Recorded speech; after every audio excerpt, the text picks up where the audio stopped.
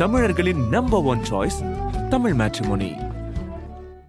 மகாராஷ்டிர தலைநகர் மும்பையில் கனமழை காரணமாக சாலைகளில் வெள்ளப்பெருக்கு ஏற்பட்டுள்ளது.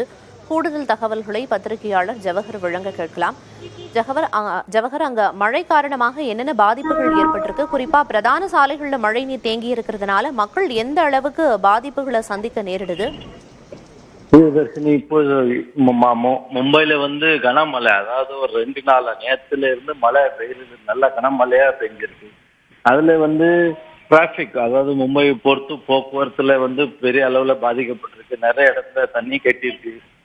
அதே மாதிரி நீங்க பாத்தீங்கன்னா நிறைய ட்ரெயின், லோக்கல் ட்ரெயின், ஒரு பெரிய மும்பையோட லைஃப் லைன் சொல்லுவாங்க, அதே நிறைய இடத்துல டிலே ஆகி கிடக்கு. வெஸ்டர்ன் லைனும் சரி, சென்ட்ரல் லைன் சரி, அது ரொம்ப ட்ரெயின் லேட்டாக போகுது. அதே மாதிரி நிறைய இடத்துல நின்று கிடக்கு தண்ணி கட்டுறதுனால.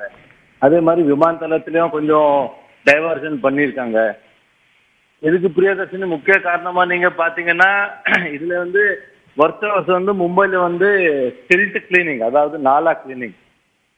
அதுக்கு எப்படின்னா ட்ரைனேஜ், அதாவது சாக்கடை போற இடத்துல, போக்குவர இடத்துல வருஷம் நல்லா கிளீன் பண்ணுவாங்க, நல்லா தூக்கி எடுப்பாங்க. இந்த வருஷம் ஆஃப் சீசன் ட்ரெயின், அதாவது ஒரு வாரம் 10 நாளாவே மும்பைல மழை கொஞ்சம் கொஞ்சமா தூத்துட்டே இருக்கு. அதே மாதிரி எதிர்கட்சியில சரி, மற்ற ஆட்களும் சரி, ஆரம்பத்துல இருந்து முனிசிபலோட கான்ட்ராக்டர் அவங்க கிட்ட சொல்லிட்டே இருக்காங்க, மழை சீக்கிரம் பெய்யற மாதிரி இருக்கு, நீங்க சீக்கிரம் அந்த இருக்கிற சாக்கடையா இல்லை. ஆனா அது எடுக்காதனால அது ஒரு முக்கிய காரணமா இருக்கு. மும்பைல கனமழத்துல சாதாரண மக்கள், பொதுமக்கள் பெரிய அளவுல பாதிப்பு இருக்கு. அதே மாதிரி போக்குவரத்து பெரிய அளவுல பாதிப்பு. புரியுது. தொடர் கனமழையால மும்பையில எந்த அளவுக்கு பாதிப்புகள் ஏற்பட்டிருக்கு அப்படின்னு இணைப்பில் தெரிவித்ததற்கு நன்றி திரு ஜவஹர்.